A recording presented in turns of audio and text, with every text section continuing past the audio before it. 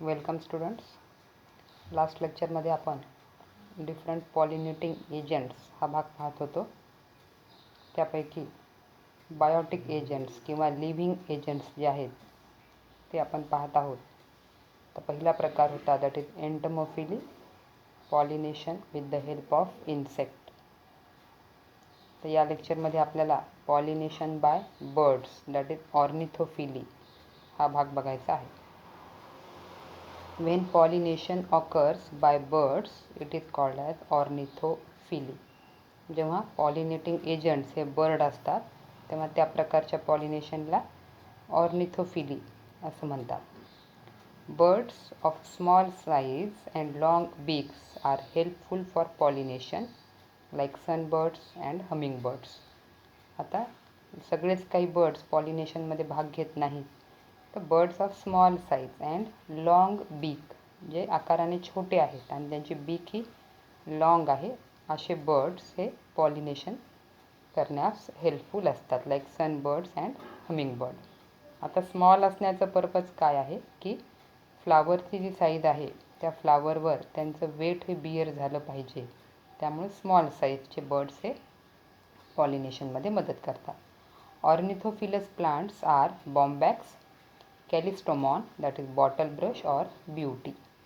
आता मेजॉरिटी हे जे प्लांट्स आहेत ह्यांचे जे फ्लावर्स आहेत यांचा जे पटेला आहे, करोलाचा जो भाग आहे, तर हे पेटल्स जे आहेत किंवा करोलाचा जो भाग आहे हा बॉटल लाईक किंवा ट्यूब लाईक असा आहे, जेणेकरून त्यांच्या ज्या लॉंग बीक्स आहेत ह्या त्यामधलं नेक्टर सक करण्यास त्यांना सोपं जाईल.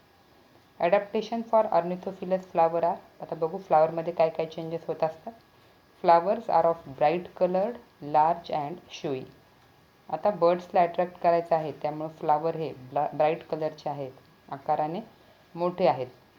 इन्सेक्ट पॉलिनेशन किंवा विंड पॉलिनेशनमधले जे काही फ्लावर्स आहेत ते आकाराने छोटे असतात, परंतु ऑर्निथोफिलस फ्लावर हे आकाराने मोठे आहेत. दे secret profuse and dilute nectar. त्यांच्यामध्ये जास्त प्रमाणामध्ये नेक्टर हा तयार केला जातो की जेणेकरून जो बर्ड आहे तर त्या बर्डला तो नेक्टर मिळवता यावा. Pollen grains are sticky and spiny. आता बायोटिक एजंट आहे त्यांच्या बॉडीला त्यांच्या विंग्स किंवा फिदर्सला अटॅच व्हावे यासाठी पोलन ग्रेन्स हे कसे आहेत, स्टिकी आहेत, स्पायनी आहेत. Flowers are generally without fragrance because birds have poor sense of smell. जसं आपण पाहतो की इन्सेक्ट पॉलिनेशनचे जे फ्लावर आहेत तर त्यांच्यामध्ये आपल्याला फ्रॅग्रन्स पाहायला मिळतो, परंतु बर्ड पॉलिनेशनचे जे फ्लावर्स आहेत त्यांच्यामध्ये फ्रॅग्रन्स हा तुलनेनं कमी असतो किंवा नसतो, because birds have poor sense of smell. बर्डमध्ये सेन्स ऑफ स्मेल हा कमी आहे, त्यामुळं फ्रॅग्रन्सची आवश्यकता त्यांना पडत नाही. तर यामध्ये फ्लावर हे कसे पाहिजेत, आकाराने मोठे, लार्ज पाहिजेत आणि त्यामध्ये नेक्टर असणं हे या ठिकाणी आवश्यक आहे. आणि एक्झाम्पल ऑफ ऑर्निथोफिलस प्लांट्स और the flowers are bombax, callistemon and Butea. Next is pollination by bat known as Chiropterophily. When pollination occurs with the help of bats, it is called as Chiropterophily. जेव्हा बॅटसुद्धा पॉलिनेशनमध्ये मदत करत असतात आणि जेव्हा बॅट्सद्वारे pollination होत असते तेव्हा त्याला चिरिप्टेरोफिली असं म्हणतात. Bats can transport pollen grains over long distance और समटाईम्स सेव्हरल किलोमीटर्स. बघा, बॅटद्वारे जे पॉलिनेशन होत असते तर त्यामध्ये बॅटद्वारे पोलन ग्रेन्स हे खूप लॉंग डिस्टन्सपर्यंत कॅरी केले जातात. काही किलोमीटर्सपर्यंतसुद्धा पोलन ग्रेन्स हे ट्रान्सफर केले जातात. Then adaptation for chiropterophilous flower are dull coloured with strong fragrance. आता इथं फ्लावरचा जो कलर आहे तो डल आहे, ब्राईट कलरच्या फ्लावरची या ठिकाणी आवश्यकता नाही. And they R with strong fragrance. याचा फ्रॅग्रन्स मात्र जास्त असतो, तो पण उग्र या पद्धतीचा वास असतो. They secrete abundant nectar. त्यामध्ये नेक्टरचं प्रमाण हे खूप जास्त आहे. Flowers produces large amount of edible pollen grains. यामध्ये जे पोलन ग्रेन्स तयार होतात ते लार्ज अमाऊंटमध्ये आहेत, परंतु ते इडिबल आहेत, ते खाण्यास योग्य असे आहेत. आणि मोस्ट ऑफ बॅटद्वारे पॉलिनेशन होणारे जे काही फ्लावर्स आहेत हे नॉक्टर्नल असतात, नाईट ब्लूमिंग असतात. कारण बॅट हे सुद्धा नाईटच्या वेळेसच किंवा नॉक्टर्नल रात्रीच्या वेळेसच ते फिरत असतात. त्याच पद्धतीचं सिमिलारली फ्लावर्स जे आहेत हे सुद्धा रात्रीला उमलणारे आणि ज्यांचा ओडर किंवा फ्रॅग्रन्स हा जास्त आहे, उग्र आहे, अशा पद्धतीचे फ्लावर्स पाहायला मिळतात. डे टाईममध्ये हे फिरत नसल्यामुळं ब्राईट कलरचे आपल्याला त्या ठिकाणी फ्लावर्स पाहायला मिळत नाहीत. They are of dull colour. अशा पद्धतीने पॉलिनेटिंग एजंट्स हा भाग आपण कंप्लीट केलेला आहे. 2 प्रकारचे पॉलिनेटिंग एजंट्स होते, अबायोटिक आणि बायोटिक. अबायोटिक म्हणजे नॉन लिव्हिंग, ज्यामध्ये विंड आणि वॉटर हे 2 घटक येतात. तर बायोटिक म्हणजे लिव्हिंग एजंट, ज्यामध्ये 3 प्रकार आपण पाहिले, एंटमोफिली, ऑर्निथोफिली आणि चिरिप्टेरोफिली. एक्झाम्पल याचे आहेत anthocephalus, that is kadamba tree, then adansonia and kigelia. आता या पुढचा भाग आहे, that is outbreeding devices.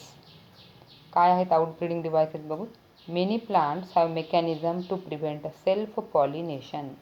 पॉलिनेशनचे आपण 2 प्रकार पाहिले, सेल्फ पॉलिनेशन आणि क्रॉस पॉलिनेशन. मग त्यापैकी काही जे प्लांट आहेत त्यांच्यामध्ये सेल्फ पॉलिनेशन होणार नाही यासाठी काही वेगवेगळे बदल पाहायला मिळतात. To promote cross pollination and increase genetic diversity, plants have evolved a wide variety of sexual strategies. यामध्ये क्रॉस पॉलिनेशन व्हावं आणि जेनेटिक डायव्हर्सिटी किंवा जेनेटिक मटेरियल जे आहे हे एक्सचेंज केलं जावं, यामुळं या पद्धतीचे बदल हे पाहायला मिळतात. And that genetic diversity is essential for evolution. अगोदरच्या जनरेशनपेक्षा पुढची जनरेशन ही स्ट्रॉंगर यावी, प्रोडक्शन जास्त यावं, हे जे काही इव्होल्युशनच्या संदर्भातले मुद्दे आहेत हे आपल्याला जेनेटिक डायव्हर्सिटीमुळं पाहायला मिळतात.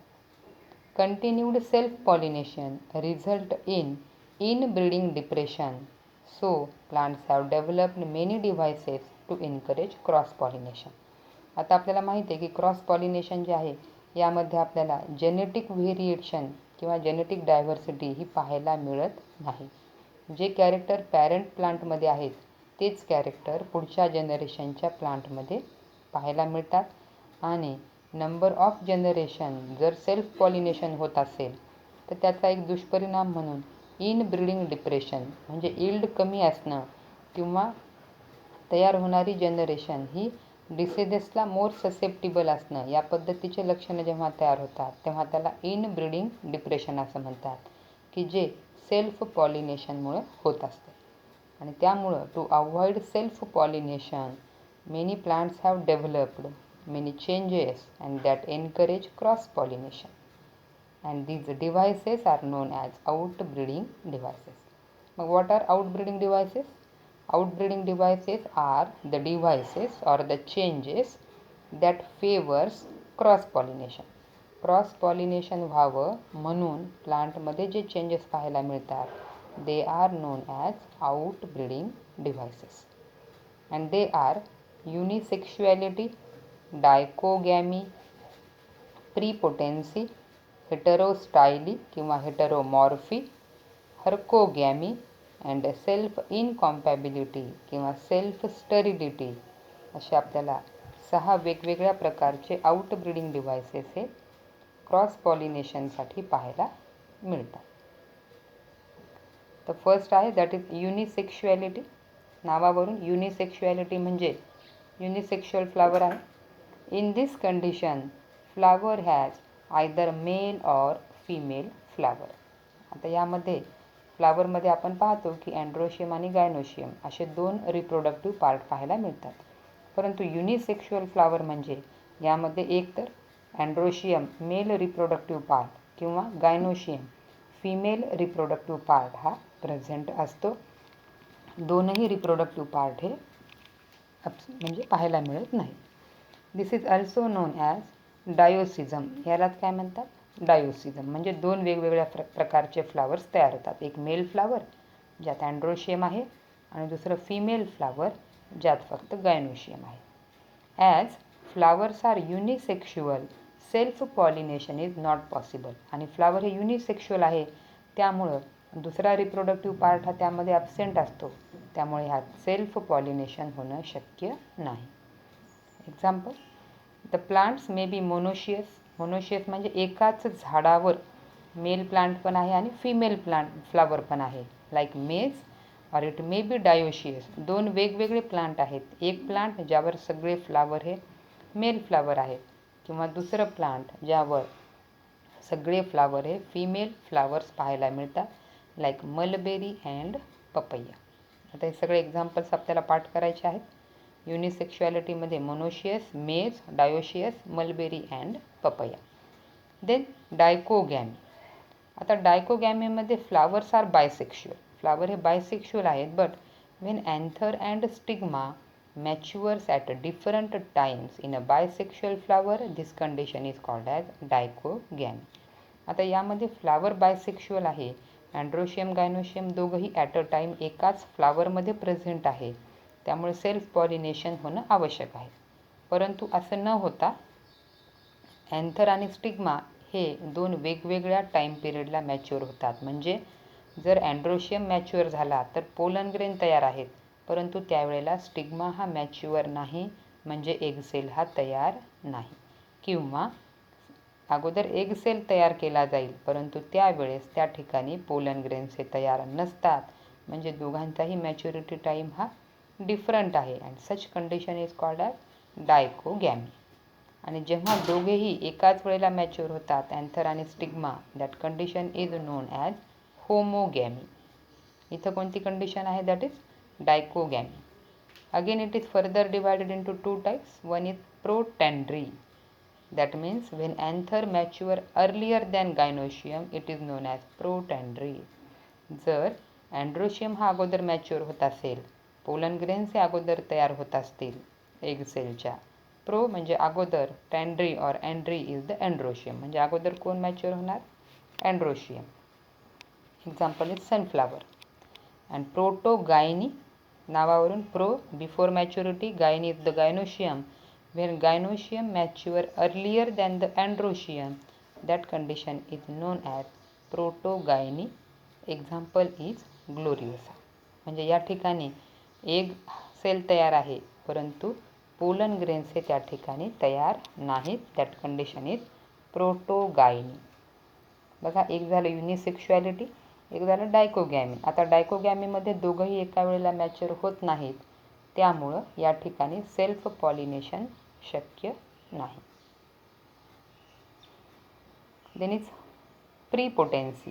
प्री आणि पोटेन्सी. प्री म्हणजे अगोदर, पोटेन्सी म्हणजे जर्मिनेटिंग ॲबिलिटी. तर बघा, pollen grains of other flower germinate rapidly over the stigma than the pollen grains from the same flower.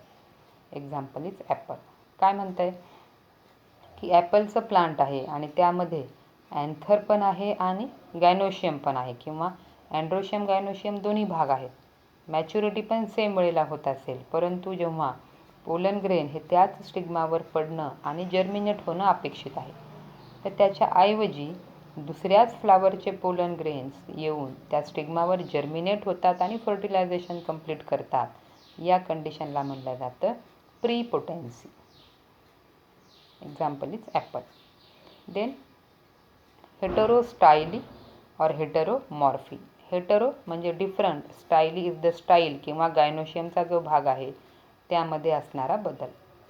The condition in which plant produces 2 or 3 types of flowers in which stigmas and anther are placed at different levels, it is known as heterostyly or heteroanthy. त्याच कंडिशनला हेटेरोएन्थी पण म्हणायचं. का? कारण flower bisexual आहे, दोनही androecium gynoecium दोघंही present आहेत, परंतु या प्लांटमध्ये अशा पद्धतीचे फ्लावर तयार होतात की ज्यामध्ये अँथर किंवा स्टिग्मा ह्या दोघांची लेंथ जी आहे ही वेगवेगळी आहे. ॲक्च्युली पाहिजे काय, अँथर हा थोडा उंच पाहिजे, स्टिग्मा हा थोडा खाली पाहिजे, जेणेकरून पोलन ग्रेन्स इझिली डिपॉझिट व्हावे. परंतु तसं न होता हाईट ही डिफरंट आहे, स्टिग्मा हा उंच आहे, त्यामुळे पोलन ग्रेन्स हे त्या स्टिग्मापर्यंत पोहोचू शकत नाहीत. आणि सेल्फ पॉलिनेशन होऊ शकत नाही. That is heterostyly flowers are having different length in stigma and anther. In this condition, pollen grains are prevented from reaching the stigma and pollinate it. त्यामुळं pollen grain stigma पर्यंत पोहोचू शकत नाहीत आणि fertilisation होऊ शकत नाही. तर मग दुसऱ्याच फ्लावरचे पोलन ग्रेन्स हे त्या स्टिग्मावर पडून फर्टिलायझेशन कंप्लीट करतात. Example is primula or primrose. आता हेटेरोमॉर्फी काय बघू. In this condition, pollen grains produced from anther pollinate stigmas produced at the same level. मग यांच्यामध्ये पॉलिनेशन कधी शक्य आहे? जेव्हा पोलन ग्रेन आणि किंवा अँथर आणि स्टिग्मा हे दोघंही एकाच लेवलला आहेत, तेव्हाच ते पोलन ग्रेन त्या स्टिग्मावर पडतील आणि फर्टिलायझेशन हे कंप्लीट करतील. Example primula or primrose. Then hercogamy. It is a mechanical device to prevent self-pollination in bisexual flower. आता बघा यामध्ये बायसेक्शुअल फ्लावर आहे, अँड्रोशियम गायनोशियम आहे, परंतु त्यांची अरेंजमेंट अशी आहे की सेल्फ पॉलिनेशन होऊ शकत नाही. In plants, natural physical barrier is present between the two sex organs and avoid the contact of pollen grain with the stigma of same flower. यामध्ये स्टिग्माची रचना अशा पद्धतीने केलेली असते की अँथर किंवा पोलन ग्रेन जरी तयार असले तरी त्यांच्यामध्ये सेल्फ पॉलिनेशन होऊ शकत नाही. एक्झाम्पल इज कॅलाट्रॉपिस, ज्याला आपण रुचकी असं म्हणतो. तर यामध्ये pentangular stigma is positioned above the level of anther. बघा 5 मध्ये जे दिसत आहेत पेंटाअँग्युलर स्टिग्मा 5 अँगलमध्ये, आणि त्यामुळं आणि ते अँथरच्या वरच्या लेवलला बसवलेले असल्यामुळं पोलन ग्रेन्स हे त्या स्टिग्मापर्यंत पोहोचू शकत नाहीत. It is example of hercogamy. Calotropis is the example. And last is the self incompatibility or self-sterility. This is a genetic mechanism due to which pollen grains do not germinate on the stigma of same flower. Simple आहे. Bisexual flower आहे, anther आहे, stigma आहे, परंतु तयार झालेले त्या ठिकाणचे pollen grain हे त्या स्टिग्माला फर्टाईल करू शकत नाही, त्यांच्यामध्ये फर्टिलायझेशन होऊ शकत नाही. That is the genetic mechanism. त्या पोलन ग्रेनमध्ये असं जेनेटिक मॅटर आहे की ते त्याच झाडाच्या स्टिग्मावर जर्मिनेट होऊ शकत नाही किंवा त्याच झाडावर तयार झालेल्या एग सेलला फर्टिलाइज करू शकत नाही. एक्झाम्पल इज टोबॅको ऑर थिया. These are the various outbreeding devices that favors cross pollination and these avoid self pollination. Here are some questions. Solve them. प्रत्येक डेफिनेशन पाठ करायची आहे आणि प्रत्येकाचे एक्झाम्पल्स हे सुद्धा पाठ करायचे आहेत. आन्सर इन 1 लाईन किंवा MCQ यामध्ये हे जास्त प्रमाणात विचारतात. Okay, thank you.